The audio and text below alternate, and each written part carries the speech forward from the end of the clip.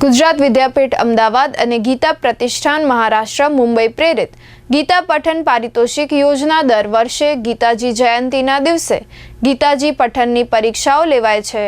ભુજ ખાતે સંસ્કૃત પાઠશાળામાં સવારે પંડિત રમેશભાઈ વૈદ્ય અને રોહિતભાઈ પાઠક દ્વારા ગીતા પૂજન વિધિ કરાઈ હતી। ત્યારબાદ ગીતા પઠન પરીક્ષા યોજાયેલ હતી। ભુજ તેમજ અન્ય વિવિધ કેન્દ્રો પર પરીક્ષા લેવાયેલ હતી। પ્રારંભમાં ડૉક્ટર સત્યપ્રકાશ સ્વામી અને શાસ્ત્રી સ્વામી હરિવલ્લભદાસજીએ પરીક્ષાનો પ્રારંભ કરાવેલ હતો।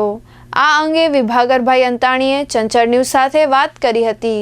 મારું નામ વિભાકરભાઈ અંતાણી, હું ગીતાજી કેન્દ્રના સંચાલક તરીકે 40 વર્ષથી ફરજ બજાવું છું। આજે કચ્છ જિલ્લામાં સમગ્ર કચ્છમાં ગીતા પઠનની પરીક્ષા ગુજરાત વિદ્યાપીઠ દ્વારાનો પ્રારંભ થશે।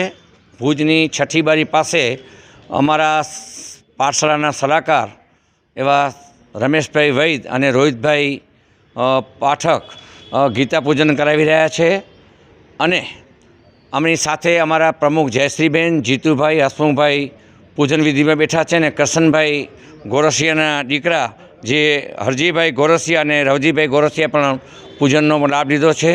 ભુજની ઇન્દ્રાબાઈ ગર્લ્સ સ્કૂલના કન્યા વિદ્યાલયના વિદ્યાર્થીઓ બધા ગીતા પૂજન કરશે અને ભુજમાં ઢોરી, ગણેશનગર તેમજ માધાપર, સુખપર વગેરે ઠેકાણે ગીતાજીની પરીક્ષાઓ લેવાઈ રહી છે। એટલું જ નહીં, ગત પરીક્ષામાં 1194 વિદ્યાર્થીઓ કચ્છમાં બેઠા હતા 21 કેન્દ્રોમાં। એમને એક દાતા ગીતા પ્રેમી તરફથી નામ ન દેવાના શરતે તમામને ગીતાજીના પુસ્તક આપ્યા છે। આજે ભુજમાં છઠ્ઠી બારી પાસે ભારતીય સંસ્કૃતિ સેવા મંડળ ખાતે ગીતાજી પઠનનું પૂજન અને ગીતાજી પરીક્ષાનો પ્રારંભ થઈ રહ્યો છે। એટલું જ નહીં, હિન્દુ અને મુસ્લિમ બાળકો પણ આ ગીતાજી પઠનમાં બેસે છે।